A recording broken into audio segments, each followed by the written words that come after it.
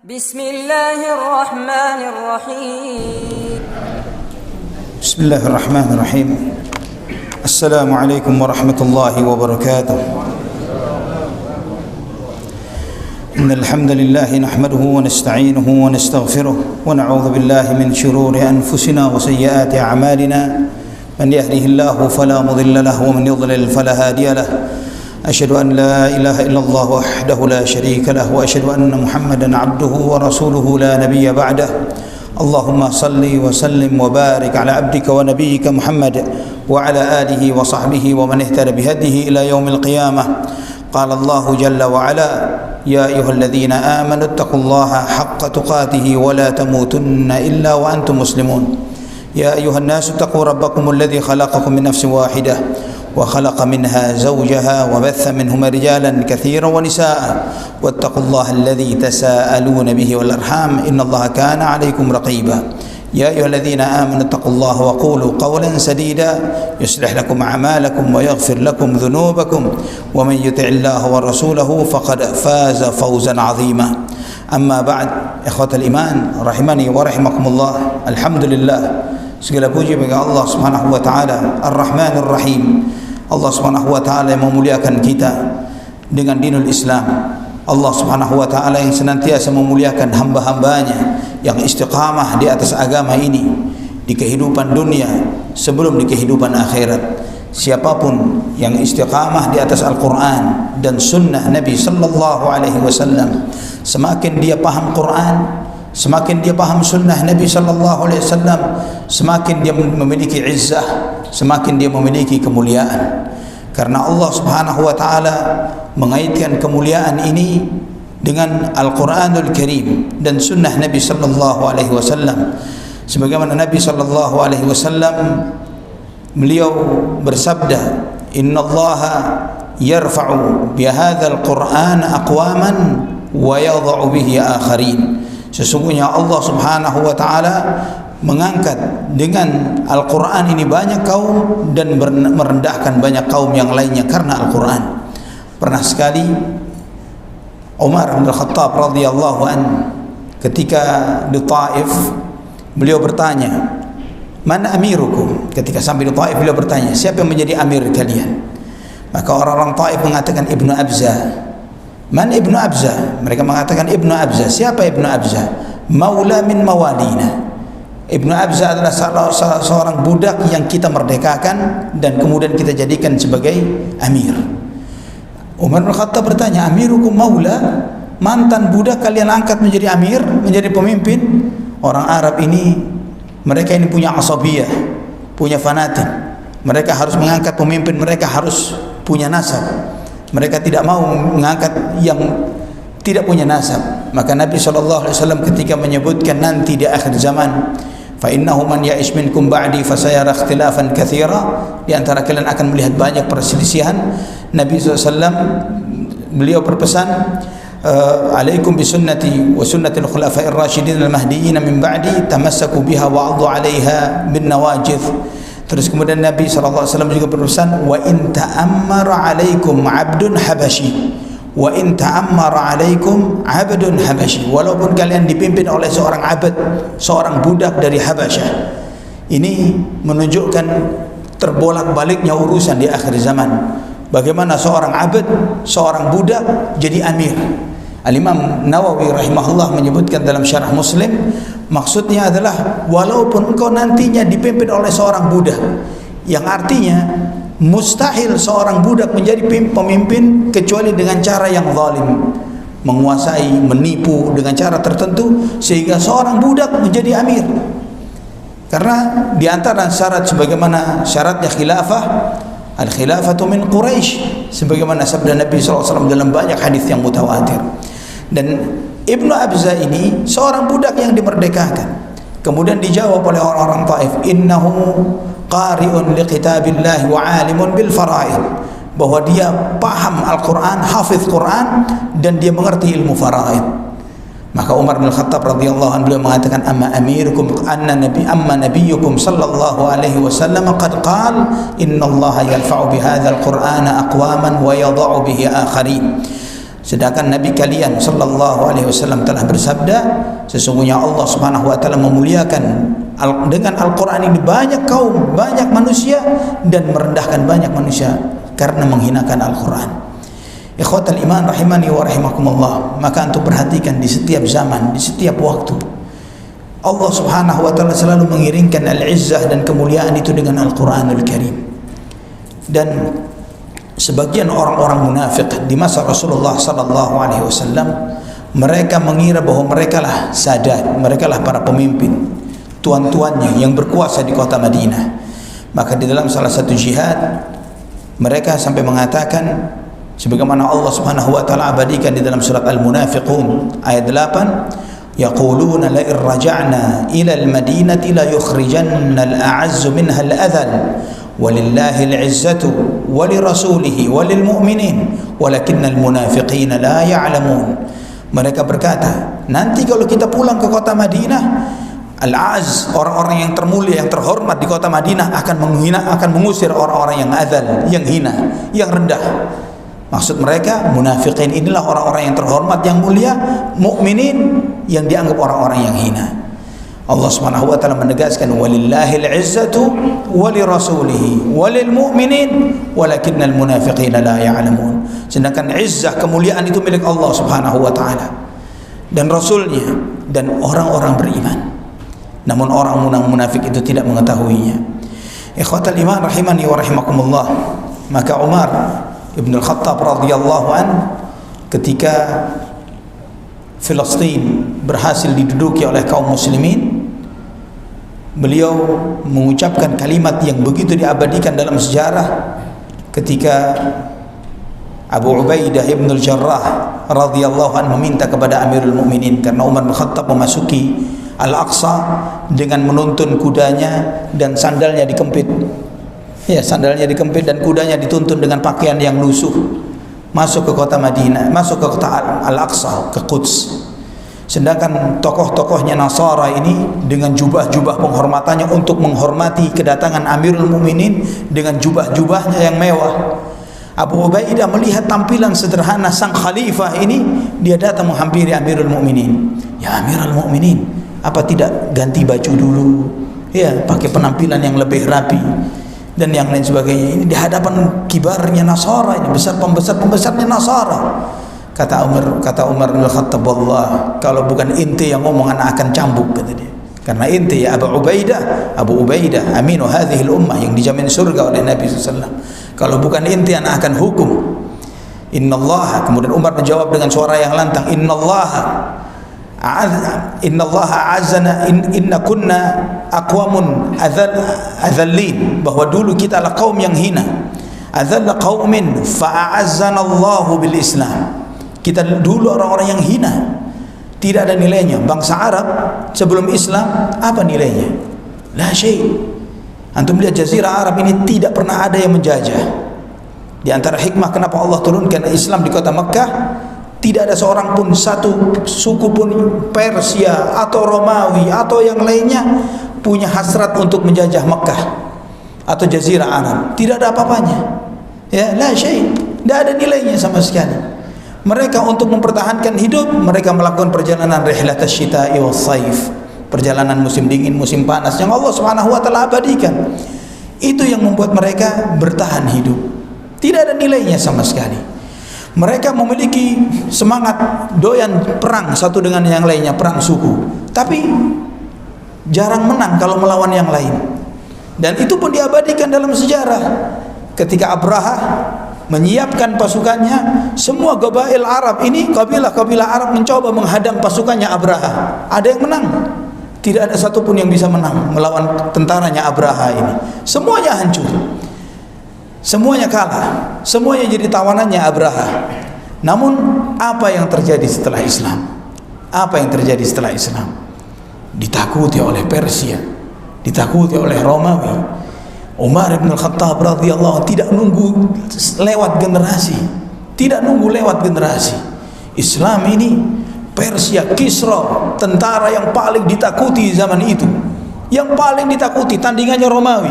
Dia hancur leburkan singgasananya, dicopot, dibawa ke kota Madinah, dibagi-bagi untuk modal jihadnya kaum muslimin. Allahu Akbar. Seperti itu jadi modal jihadnya kaum muslimin, hartanya Kisra. Nabi SAW yang pernah bersabda ketika lari sembunyi-sembunyi berangkat hijrah, sembunyi-sembunyi Nabi SAW dengan Abu Bakar As-Siddiq sembunyi di dalam gua Thawr beberapa hari, dibuat sayembara cari Muhammad, dan di antara yang mengejar Rasulullah SAW siapa? Suraqah bin Malik. Suraqah bin Malik mengetahui, ya ini Muhammad, dikejar, kejeblos dia, dikejar, kejeblos. Akhirnya Suraqah tahu ini bukan kuasanya Muhammad, ada yang lebih berkuasa dari Nabi Muhammad SAW yang melindungi beliau. Maka dia merubah niatnya. Ya Rasulullah, saya ingin damai, maka baru dia bisa mendekatkan kudanya kepada Rasulullah SAW. Dan kemudian dia menawarkan semua bekalnya, dia beriman kepada Nabi SAW, dan dia dari situ saya yakin Muhammad pasti dibela oleh Allah. Kemudian Nabi SAW dalam kondisi lari sembunyi-sembunyi ini, apa janji Nabi SAW kepada Suraqah? Ya Suraqah, nanti jika umurmu panjang, kamu akan memakai mahkotanya Kisra. Kata Nabi SAW. Kata Suraqah, Kisra bin Hurmuz ya Rasulullah. Kisra ini lagi pelarian Rasulullah SAW, menjanjikan bakal mendudukkan Kisra. Ini khayal, ini bayangan khayal. Tapi Nabi SAW as-sadiqul amin, sesuatu yang seorang yang dipercaya oleh Allah Subhanahu wa taala yang di langit, dan wa ma yantiqu 'anil hawa, tidak bicara dari hawa nafsunya. Nabi SAW, na'am, Kisra bin Hurmuz, kamu bakal pakai mahkotanya. Di zaman Umar, ketika mahkota itu singgasana dan mahkotanya dikirim ke kota Madinah, rombongan ini kilauannya ini bisa dilihat kiloan meter, kiloan emasnya dan lain sebagainya dibawa ke kota Madinah, jauh dari jarak jauh kelihatan. Ketika Umar memegang mahkota ini, aina Suraqah? Mana Suraqah? Datang Suraqah. Ana mau menunaikan amanah Rasulullah SAW. Inti pakai mahkota ini. Allahu Akbar. Allahu Akbar. Ini izzah itu dengan Islam, ikhwatal iman rahimani wa rahimakumullah. Dalam Sunan At-Tirmidzi dari hadis Ibnu Abbas radhiyallahu an, Nabi sallallahu alaihi wasallam pernah ketika di kota Mekah beliau berdoa, Allahumma a'izzal Islam bi ahabbi hadzaini ar-rajulaini ilaika, bi Abi Jahal atau bi Umar bin Al-Khattab. Ya Allah, muliakan Islam dengan salah seorang dari dua orang ini yang lebih kau cintai, entah dengan Abu Jahal atau dengan Umar bin Al-Khattab radhiyallahu anhu. Ini doa dipanjatkan oleh Nabi kita Muhammad sallallahu alaihi wasallam ketika dua orang ini masih kafir. Umar masih kafir, ya Abu Jahal sampai mati kafir. Umar masih kafir. Sa'id bin Jubair radhiyallahu an, iparnya Umar, termasuk yang pernah mengatakan, dulu saya masih ingat bagaimana saya diikat oleh Umar gara-gara Islamku. Berapa banyak orang yang berangkat hijrah ke Habasyah lari dari takutnya terhadap Umar bin Khattab. Dan antum juga membaca Umar keluar rumah ingin membunuh Rasulullah SAW, tapi Allah berikan hidayah kepada beliau, beliau pulang sebagai seorang muslim. Wa kana ahabbuhuma ilaihi Umar, ternyata Allah lebih mencintai Umar ketimbang Abu Jahal. Di antara hikmah dari doa Rasulullah SAW ini, bahwa Rasulullah SAW tidak pernah putus asa di dalam berdakwah. Antum bisa kebayang, dua orang musuh dakwah ini, waktu itu musuh dakwah, masih didoakan oleh Rasulullah SAW, dan didoakan untuk dapat hidayah, untuk mendapatkan hidayah.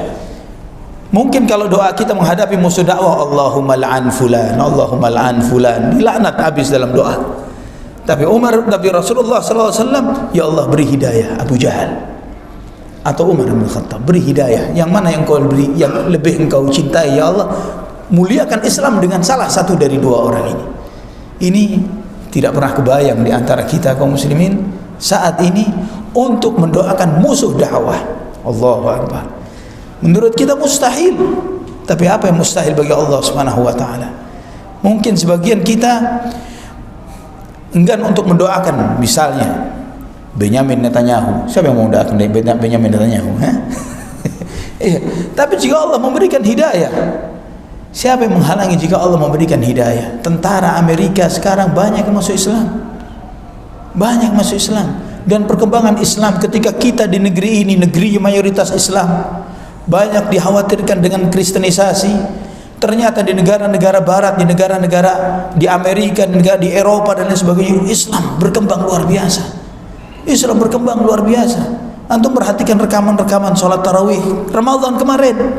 Ya, beberapa tahun yang lalu azan tidak boleh dikumandangkan di beberapa negara itu. Anda pernah lihat kalau tidak salah dari Armenia. Beberapa tahun yang lalu tidak boleh ada azan. Sekarang susah nyari tempat untuk sholat berjamaah tarawih di sana. Berbondong-bondong masuk Islam. Yang asalnya negara-negara musuh dakwah jadi pusat perkembangan dakwah yang luar biasa. Ikhwatal iman rahimani wa rahimakumullah. Izzah ini adalah berarti kemuliaan. Dan Allah Subhanahu wa taala selalu berjanji, siapapun yang memerangi Islam, andai kata dia sampai memeranginya pun dia tidak setuju dengan Islam walaupun di awal dia seorang muslim, kemudian dia murtad, silakan dia murtad. Karena Allah Subhanahu wa taala Islam tidak butuh kita. Kita yang butuh Islam. Kita yang butuh Allah Subhanahu wa taala. Di surat Al-Maidah ayat 54 Allah Subhanahu wa taala berfirman, "Ya ayyuhalladzina amanu may yartadda minkum 'an dinihi fasawfa ya'ti Allahu biqaumin yuhibbuhum wa yuhibbunahu. Adzillatin 'alal mu'minin, a'izzatin 'alal kafirin, yujahiduna fi sabilillahi wa la yakhafuna lawmata la'im. Dzalika fadlullahi yu'tihi man yasha wallahu wasi'un 'alim." Wahai orang-orang beriman, siapa di antara kalian yang murtad dari agamanya, Allah akan menggantikan orang tersebut dengan suatu kaum yang mereka ini Allah cinta kepada mereka dan mereka cinta kepada Allah. Mereka rendah hati terhadap sesama mukmin, tapi aziz terhormat terhadap orang-orang kafir. Mereka berjihad di jalan Allah dan tidak pernah takut terhadap orang-orang yang mencela dan menghinanya. Itulah karena yang Allah berikan kepada siapa yang Allah kehendaki. Allah maha luas karunia-Nya dan maha mengetahui.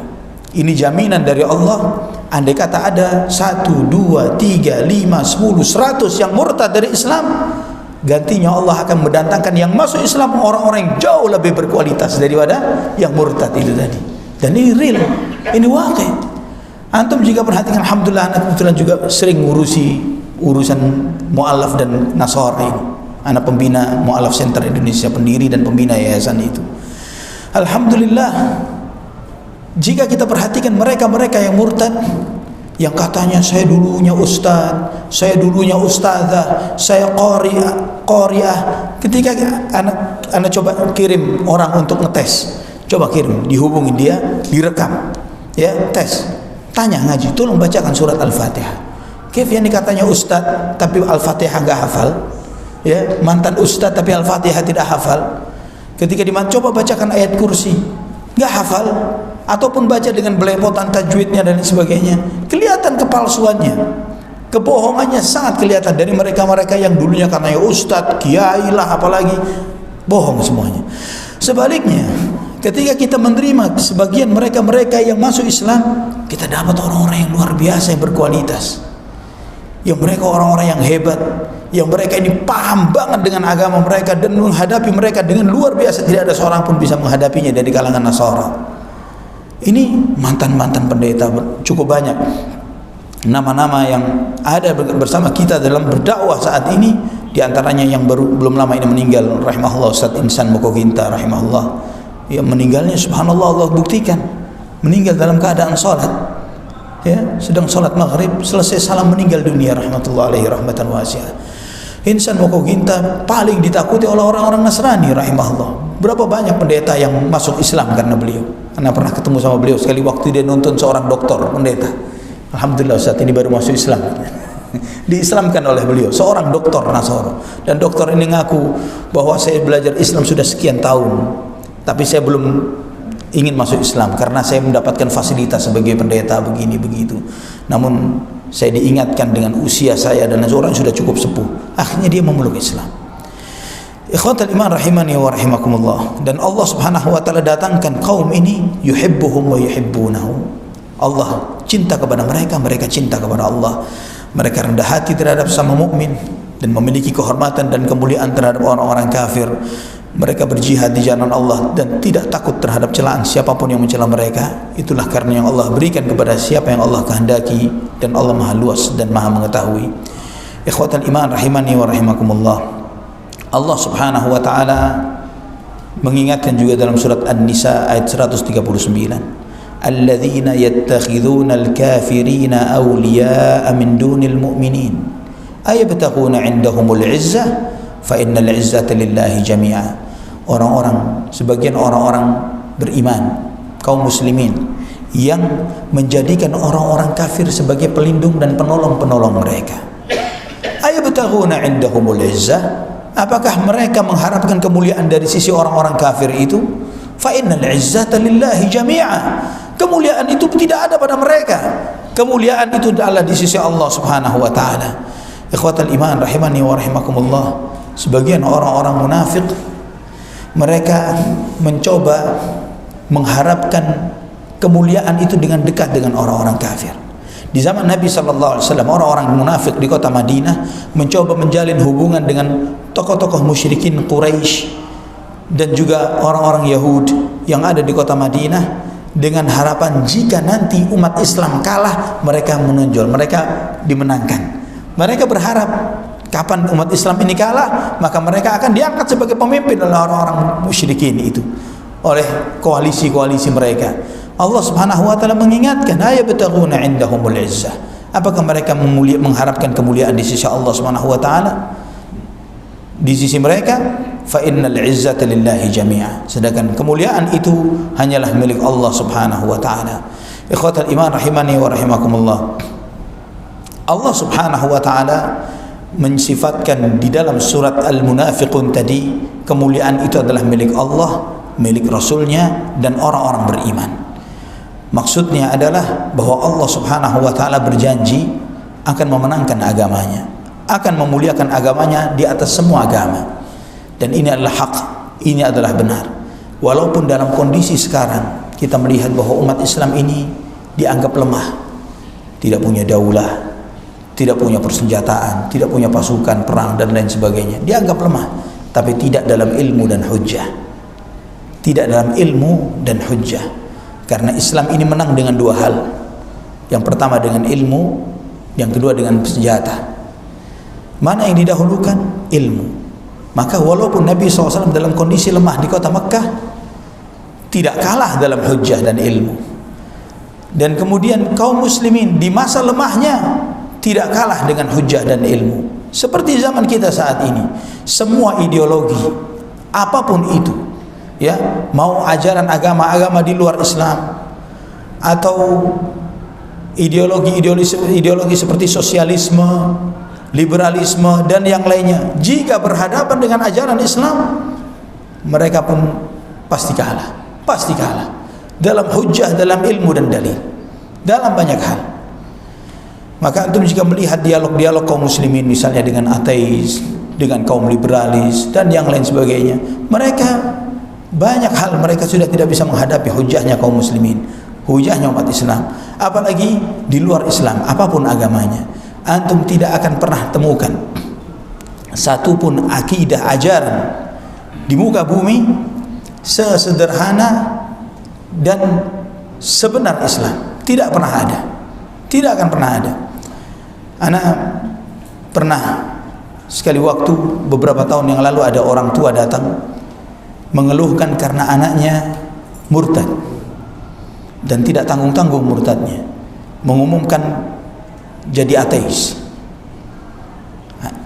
Seorang mahasiswa sekolah di luar negeri, dan ketika anak tanya, benar? Iya. Dia mengatakan bahwa dia bilang tahun lalu dia tidak puasa. Tahun itu ketika dialog dengan anak, dia bilang dia sudah mengatakan bahwa dia tidak percaya Tuhan. Akhirnya terjadi dialog di depan orang tuanya. Terus saya bilang, bisa dilanjutkan secara online? Bisa. Akhirnya kurang lebih dalam seminggu anak dialog sama dia. Sampai seminggu orang tuanya nelfonan, Ustaz, alhamdulillah anak kami masuk Islam lagi. Alhamdulillah masuk Islam lagi. Dalam dialognya sering dalam istihza, mengolok-olok, menghina Allah, menghina Rasulnya sallallahu alaihi wasallam. Sama seperti sikap sebagian orang-orang musyrikin, orang-orang kafir seperti itu. Namun kita harus ingat ikhwatal iman bahwa yang benar itu yang waras mestinya. Jangan kita mudah terbawa emosi, terutama dalam diskusi dan dialog misalnya. Ya, jika kita sadar bahwa Islam itu hak, kenapa kita cepat tersulut emosi dan marah menghadapi orang yang salah dan batil, yang kalah dan pasti salah dan batil. Ikhwatul iman rahimani wa rahimakumullah. Allah Subhanahu wa taala menjanjikan bahwa kemuliaan dan kemenangan itu pasti diberikan oleh Allah Subhanahu wa taala kepada Rasulnya dan orang-orang beriman. Dan itu terutama dalam ilmu dan hujjah. Al-Quran dijaga oleh Allah Subhanahu wa taala. Kebenaran Al-Quran setiap hari, setiap zaman bertambah, semakin dibuktikan akan kebenarannya. Setiap akhir zaman antum akan semakin melihat sadaqallah, akan melihat kemahabenaran Allah Subhanahu wa taala dalam firman-Nya dengan Al-Qur'anul Karim. Setiap tabah akhir zaman semakin kita akan melihat benar ini yang disabdakan Rasulullah SAW, ini yang disampaikan Rasulullah SAW. Semuanya benar terjadi. Dan itu semakin membuktikan akan kebenaran risalah beliau sallallahu alaihi wasallam. Ikhwatal iman rahimani wa rahimakumullah. Kemudian adapun ketika Allah Subhanahu wa taala mengkhususkan izzah dan kemuliaan itu hanyalah milik Allah Subhanahu wa taala sebagaimana dalam surat Fatir ayat 10, "Man kana yuridul izzata falillahil izzatu jami'a." Barang siapa mengharapkan kemuliaan, maka kemuliaan itu hanyalah milik Allah Subhanahu wa taala. Maksud Allah Subhanahu wa taala dalam hal ini bahwa kemuliaan itu adalah hanya pada Islam, pada tauhid. Dan seorang yang memeluk Islam, memeluk tauhid, maka dialah yang selalu dimuliakan oleh Allah Subhanahu wa taala. Karena tidak ada agama yang diridhai oleh Allah kecuali Islam. Al-yawma akmaltu lakum dinakum wa atmamtu alaikum ni'mati wa raditu lakumul Islam dinan. Allah meridhai Islam, ini satu-satunya agama yang Allah ridhai. Maka setiap siapapun yang mereka ini menjalani kehidupan dunia ini dengan memeluk agama di luar Islam, dia pasti merugi. Wa may yabtaghi ghairal islami dinan fala yuqbala minhu wa huwa fil akhirati minal khasirin. Barang siapa yang mencari agama di luar Islam, tidak akan diterima amal ibadahnya, dan di akhirat dia menjadi orang yang merugi. Dan wallahi itu adalah sangat benar ya ikhwatal iman. Dan seringkali kita tidak menyadari berkahnya, besarnya nikmat Islam ini karena kita tidak mengetahui nasib orang-orang di luar Islam. Anda seringkali ketika diskusi dengan non-muslim, mau levelnya sekelas apa pendeta atau misalnya, Anda tanya hal yang sederhana. Kamu percaya Tuhan? Percaya. Apa tujuan Tuhanmu menciptakan kamu? Pertanyaan sederhana. Apa tujuan Tuhanmu menciptakanmu? Pertanyaan simpel ini susah dijawab oleh non-muslim. Kalau kita ditanya apa tujuan kita diciptakan Allah? Untuk beribadah. Wa ma khalaqtul jinna wal insa illa liya'budun. Tidak aku ciptakan jin dan manusia kecuali untuk beribadah kepadaku. Tahu tujuan itu, bahasa anak sekarang, sesuatu banget. Ya, antum pernah keluar rumah tidak tahu tujuannya mau kemana? Hah? Tidak tahu. Stres kita untuk menghabiskan 1-2 jam perjalanan tanpa tujuan itu menyusahkan. Apalagi menjalani hidup full tidak tahu tujuan. Antum tanya kepada Yahud, Nasara dan yang lainnya, kamu percaya Tuhanmu menciptakan kamu, apa tujuannya? Subhanallah, tidak tahu. Anehnya lagi, misalnya Nasara, malah mereka meyakini terciptanya kita di muka bumi ini sebagai hukuman. Karena setiap lahir sudah nanggung dosa sebagai hukuman. Ini lebih lucu lagi. Maka berapa banyak gampangnya kita menyadarkan intelektual dari kalangan non-Nasara ini, dengan gampang kita tunjukkan. Coba baca Al-Quran, kita sodorkan Al-Quran, silakan Anda baca, pelajari. Dia baca, ada salah satu ilmuwan ahli matematika yang profesor di luar negeri. Dia menceritakan pengalamannya pertama kali baca Quran. Dia baca surat Al-Fatihah. Dia baca surat Al-Fatihah, Bismillahirrahmanirrahim, Alhamdulillahirabbil alamin. Oh, ini pujian-pujian terhadap Tuhan. Ini mirip dengan kitab Mazmur dalam Injil Perjanjian Lama, dalam Perjanjian Lama. Namun ketika menyebutkan iyyaka na'budu wa iyyaka nasta'in, hanya kepadamu ya Allah kami beribadah, hanya kepadamu ya Allah kami mohon pertolongan. Kemudian ihdinas siratal mustaqim, tunjukilah kami jalan yang lurus. Dia cerita pengalamannya. Yang nusun surat Al-Fatihah ini yang ngarang orang hebat. Saya digiring. Dia bilang, saya digiring. Saya membaca, pertama diajarkan untuk memuji. Kemudian diajarkan untuk mengikrarkan diri sebagai seorang hamba. Dia hamba dan ada Tuhan yang mencipta, dan dia harus beribadah hanya kepada Dia. Dia yang disembah, kita yang menyembah kepadanya. Kemudian kita diajari untuk minta hidayah, minta petunjuk. Ihdinas siratal mustaqim, siratal ladzina an'amta 'alaihim, jalannya orang-orang yang Engkau beri nikmat kepada mereka, bukan jalan yang dimurkai dan bukan jalan yang sesat. Selesai, diajarkan untuk minta petunjuk. Terus dia masuk ke dalam surat selanjutnya Al-Baqarah, dimulai alif lam mim, dzalikal kitabu la raiba fihi hudan lil muttaqin. Alif lam mim, inilah Al-Qur'an yang tidak ada keraguan di dalamnya. Ketika Allah menafikan keraguan, artinya semuanya adalah hak, semuanya adalah benar, yang tidak perlu kita meraguinya. Hudan lil muttaqin, petunjuk bagi orang yang bertakwa. Baru saja saya diajari untuk minta petunjuk, sekarang saya ditunjukkan inilah petunjuknya. Ternyata ini petunjuknya, ya, Al-Quran. Terus dia baca sifat orang bertakwa, sifatnya orang-orang kafir, sifatnya orang-orang munafik. Terus dia baca lagi, kemudian bicara dialog Allah Subhanahu wa ta'ala dengan malaikat, inni ja'ilun fil ardi khalifah, aku akan menciptakan khalifah di muka bumi, pemimpin yang Allah amanati untuk memegang muka bumi ini. Kata dia, ketika saya membaca dialog ini adalah jawaban dari semua pertanyaan semua orang di luar Islam tentang apa maksud kita diciptakan di muka bumi. Kata mereka, semua kita merasa orang Nasrani, kita lahir di muka bumi sebagai hukuman, lahir nanggung dosa, maka kita di makhluk yang rendah, yang hina, ya, menjalani hukuman di muka bumi. Tapi ternyata tidak, kita adalah makhluk yang mulia. Sampai malaikat disuruh sujud kepada Adam alaihissalam. Ini menunjukkan bahwa manusia makhluk yang mulia, bukan makhluk yang hina. Ada misi besar, dijadikan khalifah di muka bumi.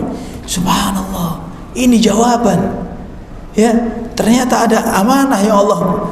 Sederhana ya ikhwatal iman, makhluknya Allah begitu banyaknya, semua diberi panca indera oleh Allah, penglihatan, pendengaran, perasa, ya, diberi otak, ya. Namun yang diberi oleh Allah Subhanahu wa ta'ala penglihatan, tapi dengan penglihatan ini bisa membedakan mana baik dan mana benar. Pendengaran yang bisa membedakan mana buruk, mana salah. Otak yang diberi akal oleh Allah Subhanahu wa ta'ala sehingga bisa mempertimbangkan mana maslahat dan mana madarat. Hanya manusia. Hanya manusia. Semuanya diberi oleh Allah Subhanahu wa ta'ala. Kambing antum periksa, ada matanya, ada telinganya, ada hatinya, ada otaknya, ada. Tapi kenapa tidak punya fungsi sama seperti manusia? Apa tidak ada maksud? Tidak ada hikmah? Ini mustahil. Allah memberikan kelebihan yang seperti ini bagi kita, namun ternyata tidak ada hikmah di balik amanah yang Allah titipkan ini. Ikhwatal iman rahimani wa rahimakumullah. Maka kita melihat bahwa izzah ini selalu bersama dengan kaum muslimin selama mereka dekat dengan Al-Quranul Karim dan sunnah Rasulullah SAW. Akan dekat dengan umat Islam selama mereka dekat dengan Al-Quran dan sunnah Nabi SAW. Dalam Sahih Bukhari diriwayatkan bahwa Umar bin Khattab radhiyallahu anhu, dia ketika mengirim pasukan untuk menemui Kisra, dan Umar bin Khattab menunjuk An-Nu'man ibnu Muqrin sebagai panglima mereka untuk menemui Kisra, dan kemudian Kisra menyambut mereka dengan 40.000 pasukan, dan kemudian Kisra minta, saya ingin bertemu dengan utusan dari Umar bin Khattab, liyukallimani rajulun minkum, saya ingin bicara di antara salah seorang di antara kalian melalui salah seorang penerjemahnya. Maka Al-Mughirah berkata, "Sal' ma syi'it." Silakan kau bertanya apa yang engkau ingin tanyakan kepada kami. Kemudian Kisra bertanya, "Man antum? Kalian ini siapa?" Mereka, para sahabat radhiyallahu anhu mengatakan, "Nahnu unasun minal Arab." Kami sebagian orang dari bangsa Arab.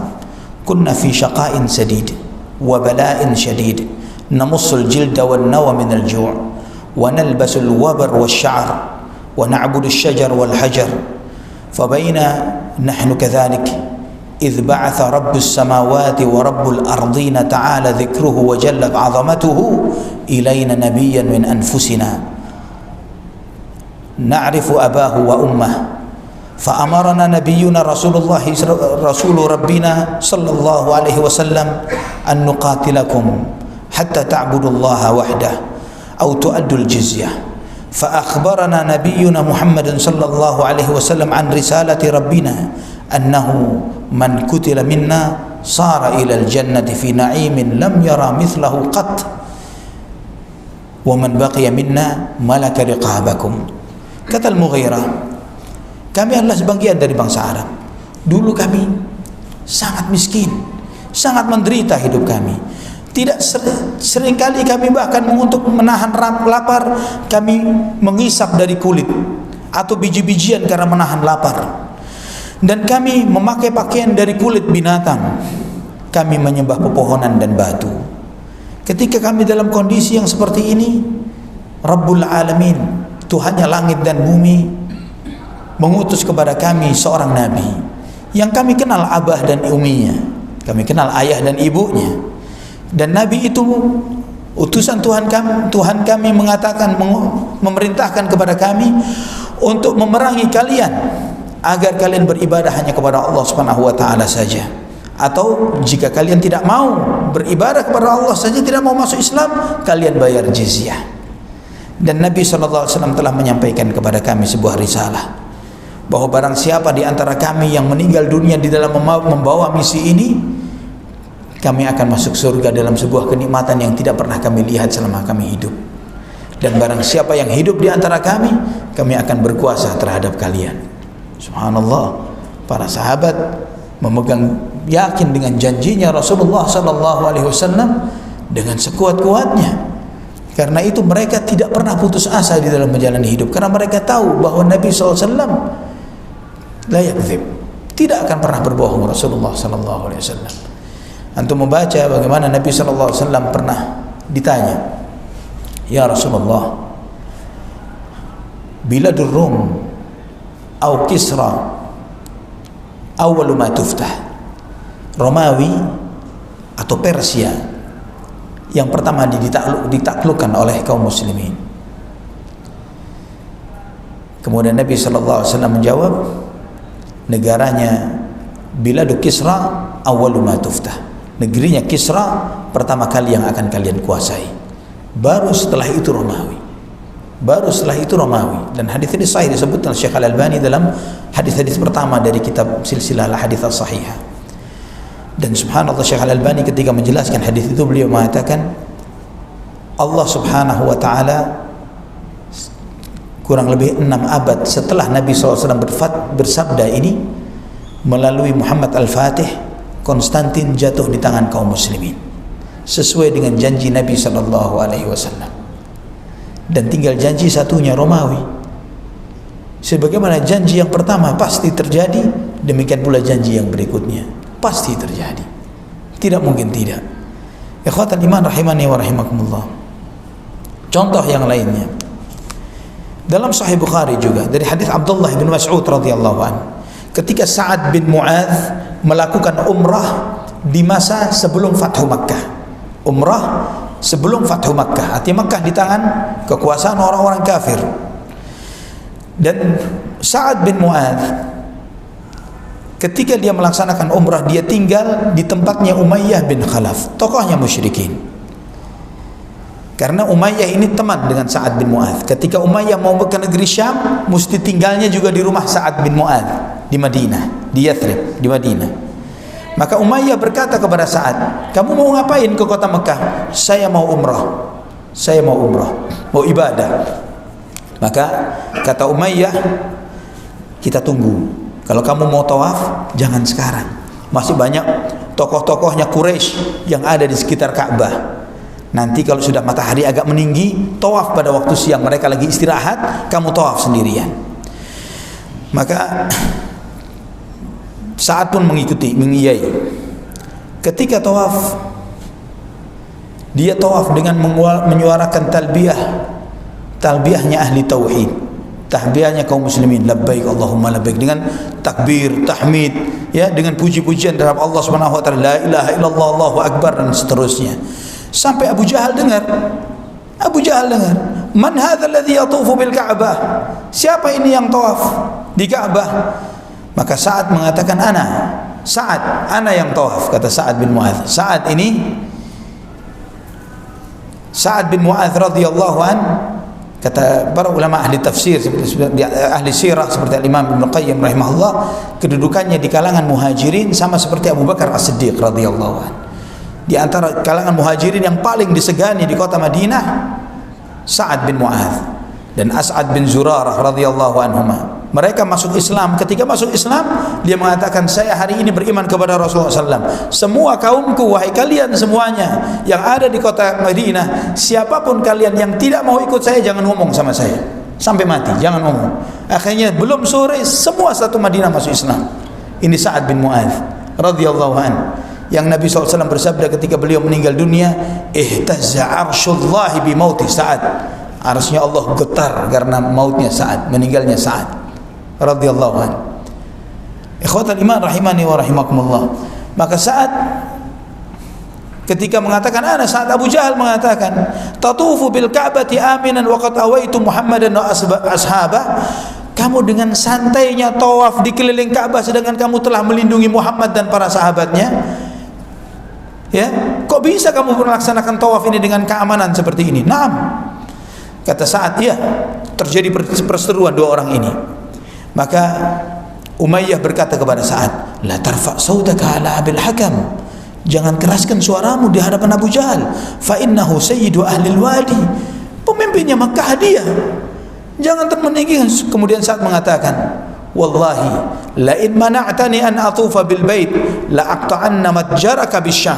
Wallahi, kalau kamu menghalangi saya tawaf, semua rombongan dagangmu ke negeri Syam tidak akan bisa lewat. Tidak akan bisa lewat, kata Sa'ad bin Mu'adz. Maka Umayyah berkata kepada Sa'ad, la tarfa' sautak, diminta jangan keraskan suaramu. Maka Sa'ad semakin meninggikan suaranya dengan mengatakan, da'na ank, fa inni sami'tu Muhammadan sallallahu alaihi wasallam yaz'umu annahu qatiluk. Tinggalkan aku, wahai Umayyah bin Khalaf, tinggalkan aku. Saya telah mendengar Rasulullah SAW bersabda bahwa dia akan membunuhmu. Umayyah bin Khalaf, tokohnya musyrikin Quraisy, dia seperti Abu Jahal dan yang lainnya. Maka Umayyah bertanya, iya, Muhammad menyebut namaku? Naam, kata Sa'ad bin Mu'adz. Wallahi ma yakdzib Muhammadan idza haddath. Kata Umayyah bin Khalaf, yang saya tahu Nabi Muhammad tidak pernah bohong. Hada kafir. Ya, kafir ini dia. Saya tahu Muhammad tidak pernah bohong. Maka dia pulang ke istrinya. Dia mengatakan, "Ama ta'lamina maqala li akhi al-Yathribi?" Kamu tahu apa yang disampaikan teman Yathribku ini, teman Madinahku ini, Sa'ad bin Mu'adz? Istrinya bertanya, apa? Za'ama annahu sami'a Muhammadan sallallahu alaihi wasallam yaz'umu annahu qatili. Dia mendengar bahwa Rasulullah SAW bersabda bahwa Muhammad akan membunuhku. Subhanallah. Fa wallahi ma yakdzib Muhammad, kata istrinya Umayyah bin Khalaf, Muhammad tidak pernah bohong. Maka ketika menjelang peristiwa Badar, seruan untuk berperang melawan kaum muslimin, istrinya Umayyah bin Khalaf mengingatkan, ingat suamiku, ingat dengan janjinya Muhammad, ketakutan, jangan pergi, pasti terjadi. Namun Abu Jahal mengatakan kepada Umayyah bin Khalaf, innaka min asyrafil wadi, kamu di antara tokoh Makkah, bagaimana kamu tidak berangkat? Kalau kamu tidak berangkat, yang lainnya banyak yang tidak akan berangkat. Maka dia pun berangkat dan termasuk yang mati pada perang Badar, sesuai dengan sabda Rasulullah sallallahu alaihi wasallam. Ikhwatal iman rahimani wa rahimakumullah, antum melihat bagaimana keberanian Sa'ad bin Mu'adz sendirian di markasnya kufar Quraisy pada saat itu. Dan ini bukan yang pertama, bukan dia satu-satunya, dan riwayat ini sahih sebagaimana di dalam Sahih Bukhari sebutkan kisah ini. Di antara sahabat yang lain, Thumamah bin Uthal, pernah dengar? Thumamah bin Uthal radhiyallahu an. Thumamah bin Uthal radhiyallahu an, dia adalah pemimpinnya Bani Hanifah. Azan?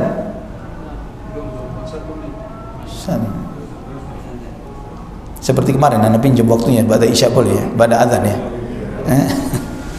Alhamdulillah wassalatu wassalamu ala Rasulillah wa ala alihi wa sahbihi wa mawalah. Ikhwatul iman rahimani wa rahimakumullah.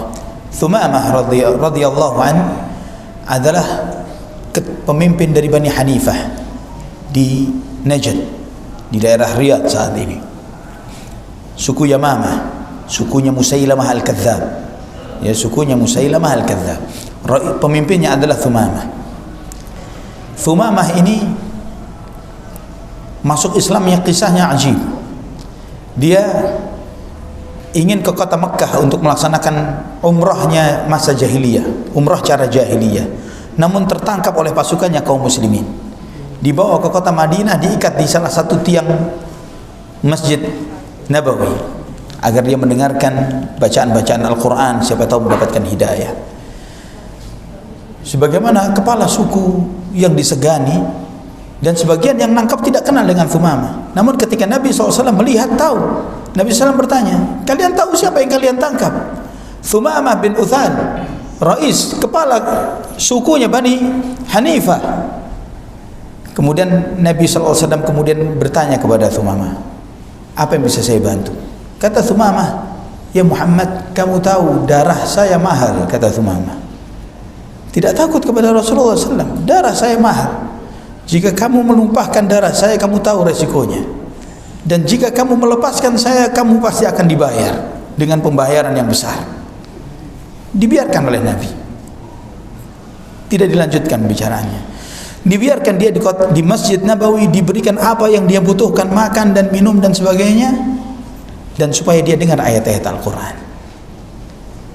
2 hari, 3 hari, setelah 3 hari ditanya hal yang sama dan jawabannya tetap sama, Nabi SAW melepaskan Thumamah, lepaskan dia tanpa kompensasi dan yang lainnya.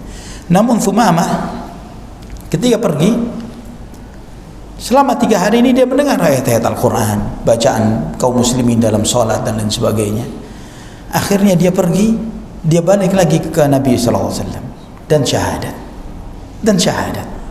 Kemudian dia mengatakan, ya Rasulullah, sebelum saya syahadat, tidak ada manusia yang paling saya benci di muka bumi kecuali engkau. Namun setelah syahadat, engkau adalah manusia yang paling saya cintai di muka bumi. Dan kemudian dia menceritakan bahwa saya ingin melaksanakan umrah, kemudian saya ditangkap. Saya ingin melanjutkan perjalanan umrah ini. Saya ingin menjalankan umrah dengan cara Islam. Maka diajarkan oleh Nabi dan para sahabatnya. Kemudian dia berangkat ke kota Mekkah. Masuk kota Mekkah, talbiyah, labbaik Allahumma labbaik, labbaik la syarika laka labbaik, tiada sekutu bagimu ya Allah, aku penuhi panggilanmu. Innal hamda wan ni'mata laka wal mulk la syarika lak. Ini orang-orang Quraisy yang ada di kota Mekkah saat itu mendengar talbiyah tauhid seperti ini. Ini orang cari mati.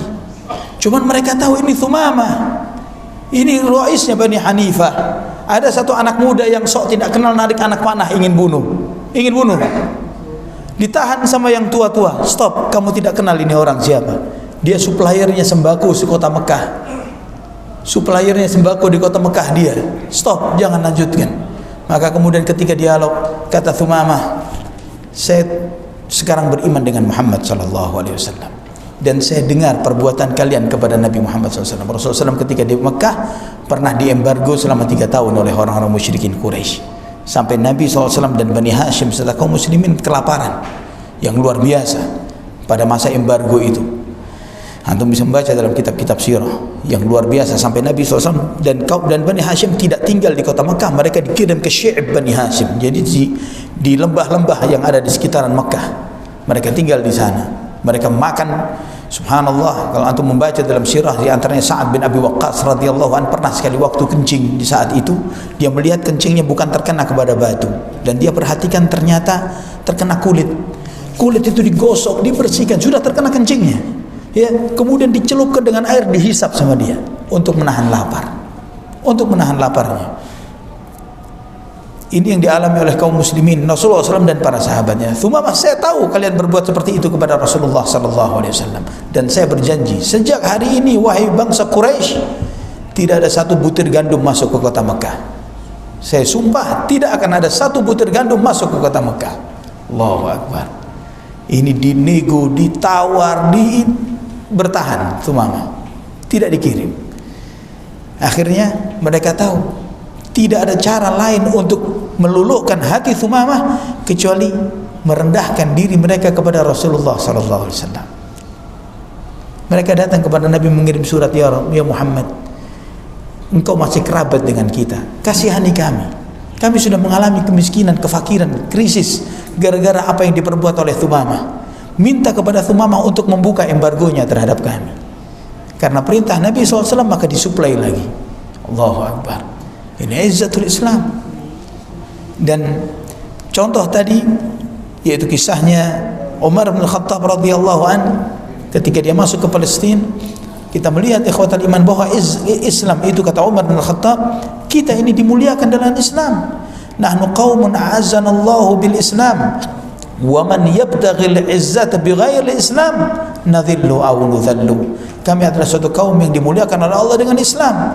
Barang siapa yang mencari kemuliaan di luar cara Islam, kita akan hina atau dihinakan. Kita akan hina atau dihinakan. Wallahi haq. Antum perhatikan perjuangan kaum muslimin saat ini. Sedangkan kita melihat ikhwatal iman bahwa Nabi kita Muhammad sallallahu alaihi wasallam Allah jadikan sebagai uswatun hasanah. Laqad kana lakum fi Rasulillahi uswatun hasanah. Perjalanan hidup beliau sallallahu alaihi wasallam ini bukanlah perjalanan hidup yang cuma kita baca sejarahnya seperti kita baca biografi tokoh fulan atau fulan. Namun setiap fase ada hikmah, ada pelajaran, ada hal yang bisa kita ambil. Bagaimana Nabi SAW menghadapi kaum musyrikin di saat lemahnya. Bagaimana Nabi SAW menghadapi kaum musyrikin dan orang-orang munafik ketika memiliki kekuatan dan ada di kota Madinah. Bagaimana strategi beliau menghadapi Yahudi. Bagaimana strategi beliau SAW di dalam peperangan-peperangannya. Ketika damai, ketika berperang, ketika terjadi ajakan untuk melakukan perdamaian seperti pada waktu perjanjian Hudaybiyah. Semuanya ini fase sirah yang kita melihat, dan itu semuanya mengantarkan Rasulullah SAW kepada kemenangannya dalam kurun yang tidak kurang dari 20 tahun. 20 tahun. Namun ketika umat Islam saat ini karena kepintarannya yang luar biasa, sehingga sebagian membuat konsep Islam itu menang dengan cara begini. Dikuatkan ekonominya, sebagian lagi dikuatkan politiknya, sebagian lagi dikuatkan ininya, tapi tidak memperhatikan bagaimana perjuangan Rasulullah SAW. Tidak belajar dari bagaimana sirah beliau SAW. Padahal ketika kita mempelajari dari sirah beliau SAW, berapa banyak pelajaran, berapa banyak hikmah yang bisa kita ambil.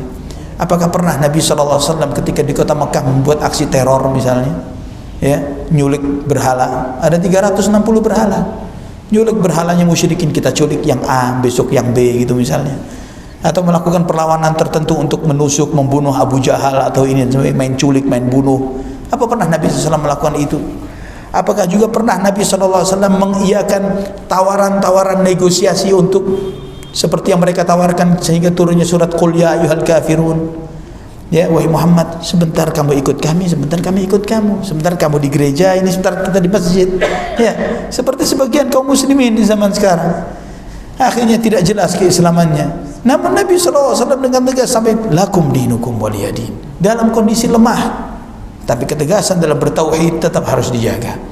Ikhwatal iman rahimani wa rahimakumullah. Ana berikan dua contoh terakhir sebelum kita menjalankan salat. Yang pertama, ketika di tahun 699 Hijriah, ketika waktu itu Raja Mongol, Raja Tartar yang bernama Ghazan, dia datang ke Damaskus ingin menyerbu Damaskus, Suriah. Di masa itu ada Syekhul Islam Ibnu Taimiyah rahimahullah. Ghazan ini Raja Mongol yang sudah masuk Islam. Beda dengan Genghis Khan dan Hulagu Khan. Ini cucunya, Ghazan. Dia masuk Islam, namun dia ingin mengeluarkan invasinya, mengeluarkan kekuasaannya. Maka Ibnu Taimiyah rahimahullah ditemani dengan amirnya Damaskus menemui Raja Ghazan. Ketika bertemu dengan Raja Ghazan ini, Ibnu Taimiyah mengatakan, engkau katanya kamu seorang muslim, kata Ibnu Taimiyah. Kamu katanya seorang muslim. Engkau memiliki imam, mufti, penasehat, muadzin. Saya dengar kamu memiliki itu semuanya. Tapi kenapa engkau memerangi kami? Sedangkan ayahmu dan kakekmu yang kafir tidak melakukan hal itu ke kami. Sedangkan kamu cucunya yang muslim, kenapa ingin menyerang Damaskus? Ayahmu dan kakekmu ada komitmen perjanjian dengan kami dan dia menjaga komitmennya. Dan kamu masuk Islam, tapi ternyata kamu mengkhianati janji ayah dan kakekmu. Terus Ibnu Taimiyah rahimahullah berbicara dengan keras kepada Raja Ghazan ini. Kemudian Raja Ghazan ini menyajikan makanan, menyambut dengan menyajikan makanan kepada semua utusan yang datang, Ibnu Taimiyah dan Gubernur Damaskus dan yang lainnya umat Islam yang datang. Kemudian ketika ditawarkan ini, Ibnu Taimiyah tidak menyentuh makanannya. Kenapa tidak makan? Kata Ibnu Taimiyah rahimahullah, bagaimana saya memakan makanan yang ini adalah hasil rampasan dari hartanya umat Islam? Kamu memasaknya dari pohon-pohon yang kamu potong dengan zalim, dari pohon-pohon milik kaum muslimin. Saya tidak akan makan dari makanannya orang zalim. Di depan Raja Ghazan yang punya kekuasaan ini, kemampuan tentaranya tidak bisa dihadapi oleh kaumnya muslimin yang ada di Damaskus pada saat itu. Kemudian Raja Ghazan mengatakan, wahai Ibnu Taimiyah, sebelum kamu pergi, doakan kita. Doanya Ibnu Taimiyah, Allahumma in kunta ta'lamu annahu innama qatilun litakuna kalimatullahi hiya al-ulya wa jihadan fi sabilika fa'idhu wansurhu wa in kana lil mulki wad dunya wat takathur fa'al bihi wasna. Ya Allah, jika engkau mengetahui bahwa Ghazan ini berjihad tujuannya untuk meninggikan kalimat Allah dan berjihad di jalanmu, ya Allah, tolong dia, menangkan dia. Namun ya Allah, jika dia ingin berjihad tujuannya untuk meluaskan kekuasaannya dan untuk memperbanyak harta dunia, hukum dia. Dan doanya diamini oleh si raja ini tadi. Diamini sama rajanya. Sampai Gubernur Damaskus ketika keluar bersama Ibnu Taimiyah, kata Gubernur Damaskus, inti hampir bunuh ana. Inti hampir bunuh ana dengan sikapmu seperti itu. Sudah, saya nggak mau dekat-dekat dengan engkau wahai Ibnu Taimiyah, bahaya. Kata Ibnu Taimiyah, ana juga nggak mau dekat sama inti. Ada Syekh yang terakhir, waktu daulah Islamiyah yang terakhir, yaitu daulah Utsmaniyah, Raja Abdul Hamid yang kedua, ketika utusan orang-orang Yahudi, diantaranya waktu kalau tidak salah Theodor Herzl masih ada pada saat itu, pencetus Zionisme, dia datang menghadap kepada Sultan Abdul Hamid yang kedua ini dengan membawa penawaran harta yang dia kumpulkan dari orang-orang kaya, dari orang-orang Yahudi yang hidup di Eropa pada saat itu, dinego untuk memberikan sebidang tanah di Al-Aqsa, di Palestina, untuk diberikan kepada mereka. Mereka membawa harta, membawa emas dan yang lainnya. Maka kata Sultan Abdul Hamid, dia mengatakan, jangankan segini, harta sedunia kamu kumpulkan untuk saya tukar dengan sebidang tanah di Al-Aqsa, saya tidak akan berikan. Saya tidak akan berikan tanah itu. Karena Al-Aqsa ini, Palestina bukan milik saya. Palestina ini miliknya umat Islam, miliknya kaum muslimin. Umat Islam mendapatkan Al-Aqsa ini dengan darahnya, dan saya tukar dengan harta. Kamu akan memiliki Al-Aqsa nanti ketika kekuasaanku tidak ada. Di saat itu kamu akan duduk di sana. Maka upaya mereka lakukan menghancurkan Utsmaniyah, dan akhirnya terjadilah apa yang terjadi yang kita lihat saat ini. Ikhwatal iman rahimani wa rahimakumullah. Umat Islam ini umat akidah, iman. Bukan senjata, bukan ekonomi, bukan kehebatan politik, bukan, tapi iman. Ketika kita dengan iman, Allah pasti akan menangkan. Jangan terlalu jauh memikirkan bahwa Islam akan menang kalau kita punya senjata jenis A, jenis B. Kam min fi'atin qalilatin ghalabat fi'atan katsiratan biidznillah Allah tunjukkan dalam Al-Quran berapa banyak kelompok yang kecil mengalahkan yang besar dengan izin Allah Subhanahu wa ta'ala. Para sahabat radhiyallahu anhum bukan jago silat, bukan punya seni bela diri tertentu, punya senjata hebat tertentu lah. Namun mereka bisa mengalahkan semua pasukan yang dikirimkan menghadapi mereka karena imannya, karena tauhidnya kepada Allah Subhanahu wa ta'ala, tawakalnya yang kuat kepada Allah, Allah menangkan. Sedangkan kita imannya kurang. Kalaupun iman tidak berdasarkan Quran wa sunnah, ya berdasarkan ajaran abah nenek moyangnya, benar kan? Oh benar lah, ini baru lagi, ya tidak ada dalam ajaran nenek moyang kami. Seringkali dalam masalah tauhid dan iman kita masih pilih-pilih, dalam masalah syariat kita masih pilih-pilih, ya. Sedangkan antum melihat Allah memberikan contoh di masa Rasulullah SAW dalam dua peperangan, perang Uhud, perang Hunain. Dua peperangan, panglima perangnya Sayyidul Anbiya wal Mursalin Muhammad ibn Abdullah sallallahu alaihi wasallam. Pasukannya Sadatul Aulia, pemimpin para wali yang ada pada saat itu, Muhajirin wal Ansar. Apa kesalahannya para sahabat saat itu pada waktu perang Uhud? Satu saja. Pesan Nabi, jangan tinggalkan Jabal Rumah. Satu saja pesan Rasulullah SAW, jangan tinggalkan ini. Mereka melanggar satu larangan, Allah tunjukkan kekalahan sampai 70 sahabat mati syahid. Hanya melanggar satu larangan Rasulullah SAW. Coba kita pikirkan sekarang berapa banyak larangan Rasulullah SAW kita amalkan. Berapa banyak. Terus kita khayal mau menang. Kita khayal mau menang. Satu larangan Nabi yang pasukannya Rasulullah SAW wa al-muhajirin wal ansar. Tidak akan lahir manusia seperti mereka lagi. Tidak akan lahir manusia seperti mereka. Satu larangan Nabi SAW dilanggar, kalah mereka.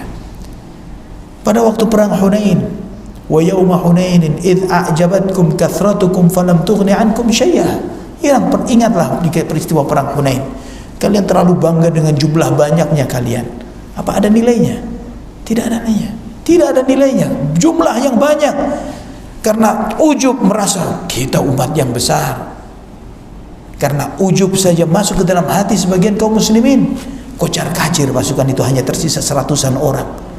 Rasulullah SAW dengan beberapa sahabat, Abu Bakar, Umar, Uthman, Ali, Al-Abbas dan yang lainnya, hanya beberapa orang yang bersama Nabi SAW. Nabi SAW kemudian mengatakan, ana ibnu Abdul Muttalib wa ana nabiyyun la kadzib. Ketika Nabi SAW menyampaikan seperti itu, kemudian umat Islam bersatu lagi dan akhirnya mengalahkan orang-orang musyrikin pada saat itu. Ikhwatul iman, umat ini umat tauhid, umat iman.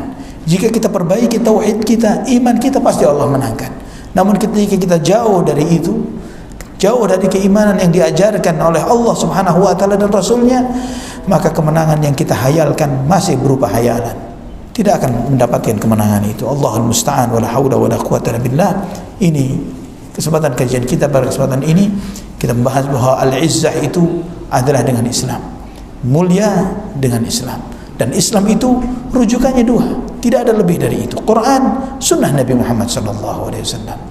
Wallahu ta'ala ala wa alam sawab. Aqulu qawli hadha subhanakallahumma wa bihamdik asyhadu an la ilaha illa anta astaghfiruka wa atubu ilaik. Wassalamu alaikum warahmatullahi wabarakatuh.